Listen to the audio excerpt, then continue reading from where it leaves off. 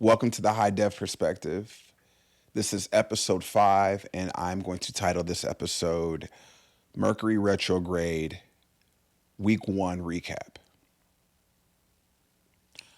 I am not okay. I'm not okay. And I haven't been okay for the past couple of weeks. We just had our full moon on the 25th of March.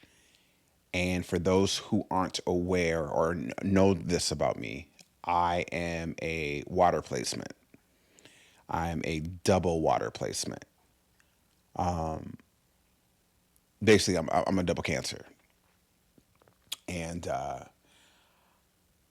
what I can tell you about living in this experience as a double water sign is that I probably feel heavier than most, and I might be a little bit more sensitive than most. Therefore, I'm pretty much in my emotions on a consistent basis. Now, keep in mind, I've done the work. So it's not like I'm just out here boo-hooing and crying. Oh, okay, maybe let me stop right there. Let me stop right there.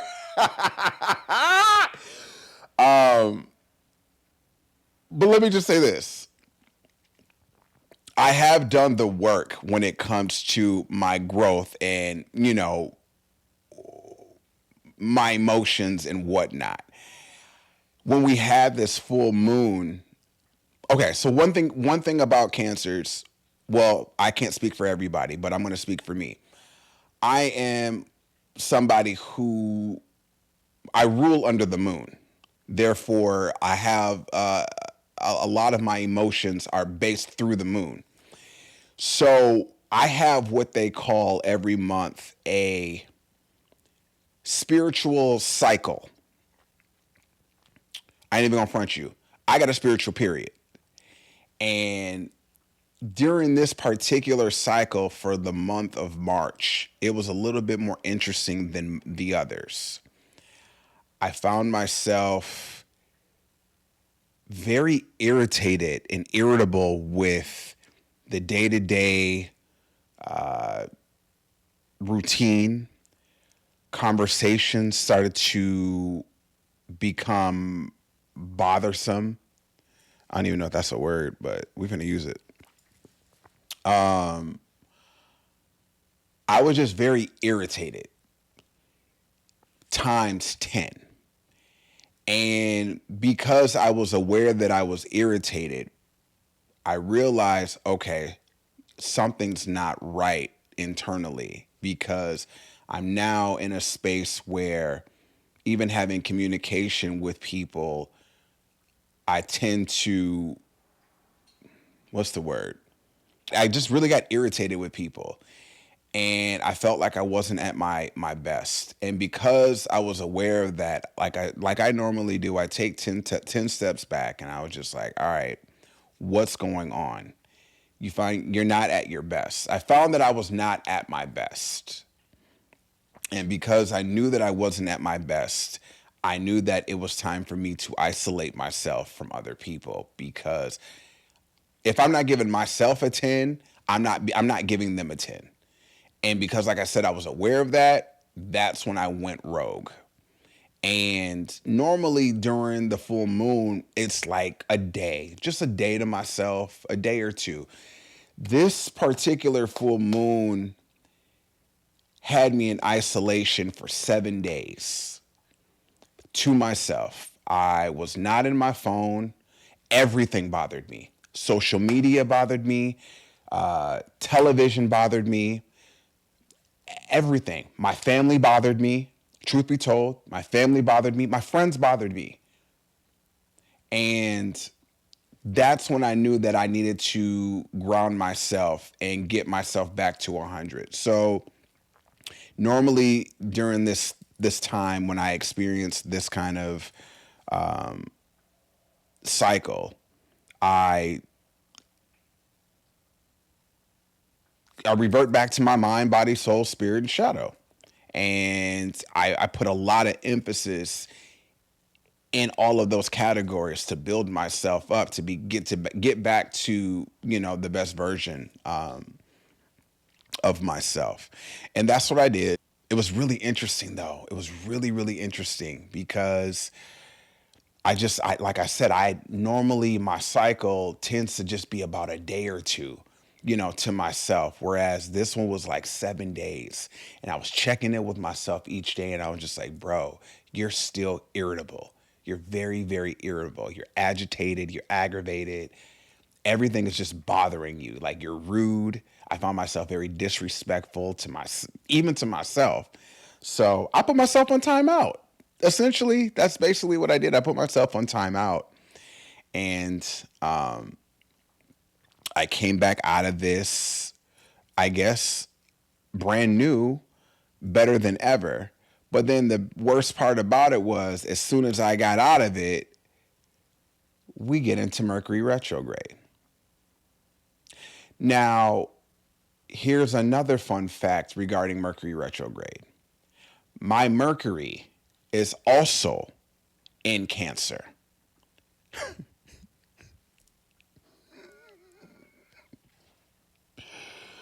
So these past couple of weeks, a bitch been going through it.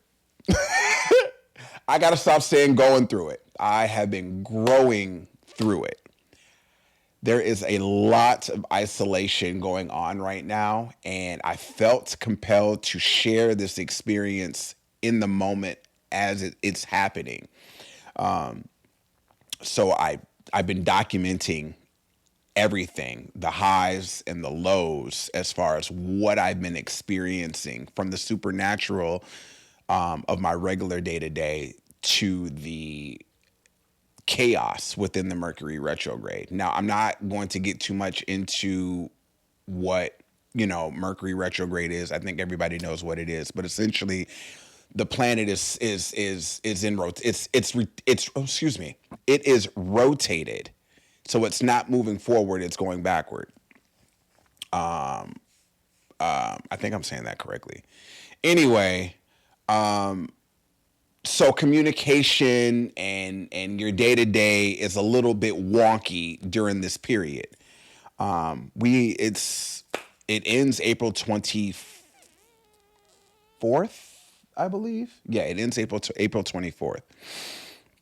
So for me, I've realized that in this experience, I really do. Oh, let's not. We got to get back into it. Let's talk about how this one is a major shift in really letting things go. When we thought that Pluto in Aquarius was doing its number, no, let's imagine how Mercury in retrograde is basically the catapult on top of that. So again, I'm not okay. And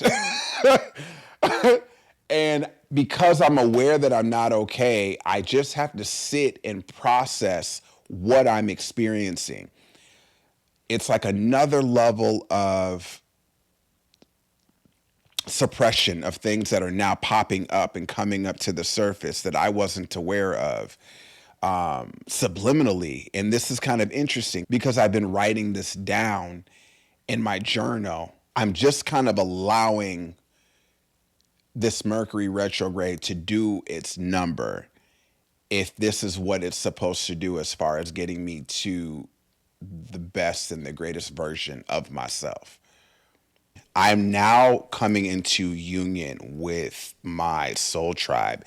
And I think one of the biggest things that I love seeing within my soul tribe is that each person that I have divinely been partnered with, I'm realizing that they all have their own ways and certain techniques that work for them.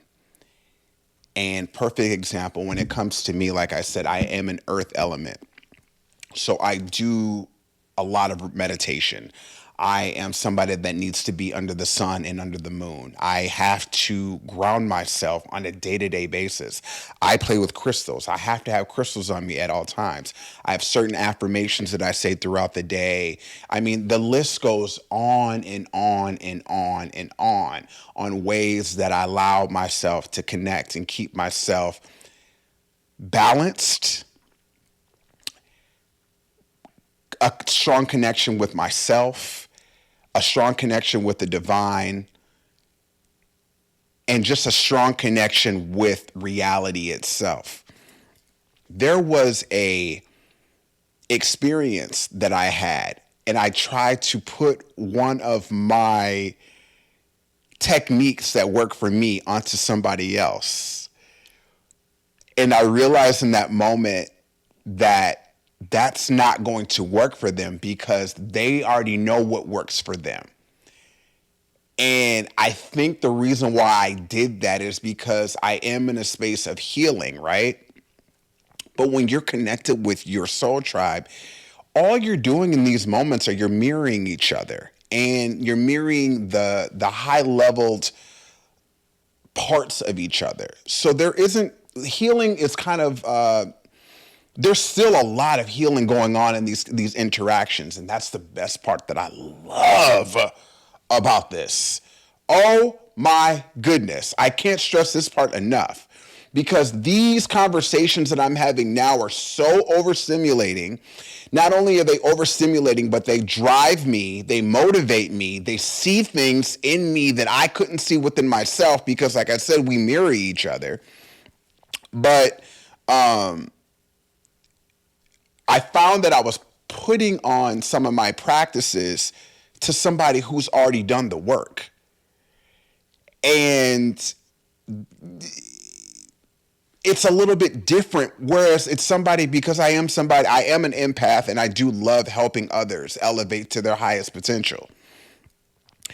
They're already in a space of their highest potential.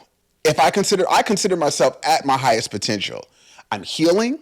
I'm on a healing journey. I will never end my healing journey. They're healing. They're also on a healing journey, but we are also in this place of high level awareness of ourselves. And it was me putting on a practice to another person who was highly aware of themselves. And I do this a lot because I forget sometimes who I'm having conversation with. It's like, why am I doing this to this person when they already know and they're so sure of themselves? And it's beautiful for me to actually take that step back and realize, oh my goodness, Debonair, just stop. They're good. They know exactly what they're doing. But it's a beautiful experience, and it's a beautiful memory. It's a beautiful story, because I don't know. I find that I'm really grateful that I can have these kind of conversations now. And I look forward to helping others reach this level. That way we can all have these highly leveled collective conversations. The greatest gift that I could receive from the divine is a clear knowing that my vulnerability, my level of sensitivity, my level of love and compassion is my superpower. My vulnerability is something that has been frowned upon since I was a child. And I think it was frowned upon because, in societal norms, a man isn't supposed to cry, or, a man's not supposed to express his feelings. Because I stopped listening to societal norms, and I started listening to myself and started owning and honing in on my truth, I've become powerful in my reality. And it's become a huge blessing to receive this level of awareness that me just living in my authentic truth was my superpower this entire time. I've come a long way, and what I've realized is healing from these experiences that I've gone through, my daddy issues, the loss of my mother, my HIV status, codependency, just to name four. Because I've now brought them up to the surface within my healing journey and kind of recognized them for what it is, I now have, they used to be a pitfall, whereas now they are blessings in my life because I'm now in a space to share my story with others who have also experienced this and help them heal from these experiences like I'm doing now. Again, I'm not healed. I will never be healed, but I am healing and I will always be healing. And I love that I can share my testimony with where I'm at in my healing process with others to help elevate and allow them to accept whatever it is that they were experiencing and not let it be their downfall. Because the biggest thing that you don't want to do along your journey is stunt your growth. Because when you stunt your growth, you're not allowing yourself to grow in all aspects, in all areas of your life. And so it just feels good to know that this is a huge part of my purpose and my mission. And it's nice that I can share this. And now I want to do it in a way where I'm just sharing it just in real life, in versus and not sharing just, stories of how to heal, but like really sharing with you what I'm going through and how I'm experiencing it. And this whole experience regarding the full moon and this Mercury retrograde has really done a number on my healing journey. Like I said, it's been bringing up things that I completely didn't even know was even an issue. When I said the codependency, I'm sorry, abandonment. Abandonment tends to be something that I guess I've struggled with. And I had to really sit and unpack this just a couple of days ago and try to figure out, okay, so where's the root of this and why am I experiencing this?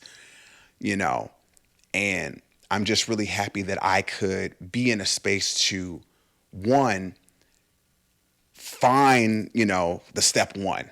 Step one is admit that you have the problem. So knowing that I even have this issue, this problem, and being in a space to do that. But I'm grateful to just be the vessel. And again, just be in a space to share stories, my personal story. And, my biggest hope, I can't stress this enough. My biggest gift and hope is that we can all be in a level where we all can identify our own personal superpowers. And everyone has it. I can't share with you what your superpower is because you're the one living that experience. So that's something that you need to identify on your own, which is why I encourage the healing journey, and where I'm at, I'm in a space where I can identify what my superpower is. I have a high outcome for this retrograde that we are experiencing. And my hope, which I know, and my intention is that I will come out of this stronger than I was before it actually happened. And I know that I'm in a space where I'm evolving each and every day. the person that I am now is not the person that I was last week.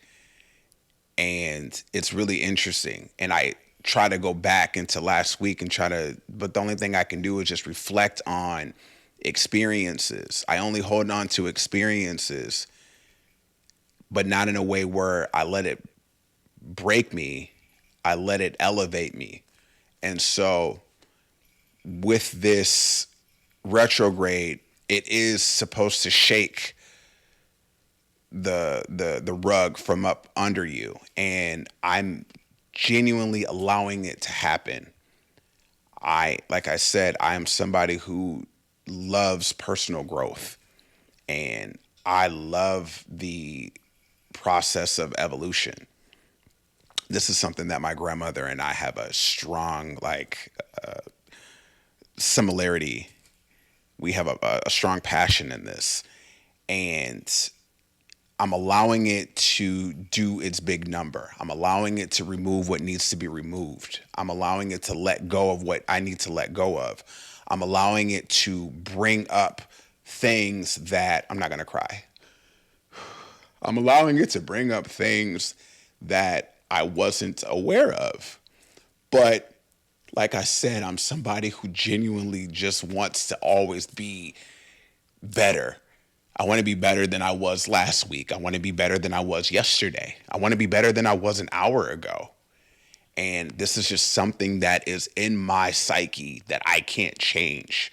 But, with my level of balance and awareness and keeping myself grounded, I'm encouraging, and I'm looking forward to what is to come from this experience.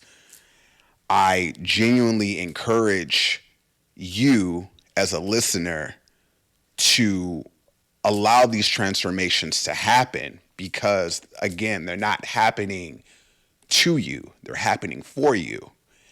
And if you have that level of faith and you trust, understand that this is for your growth as a spiritual being having that human experience. So that's going to wrap up episode 5, Mercury Retrograde week 1 recap. I plan on sharing what I'm experiencing these next couple of weeks in real time, both the highs and the lows, and hopefully some of the breakthroughs that I have regarding this experience. Thank you so much for tuning in, and I look forward to sharing with you week 2. Okay? Bye.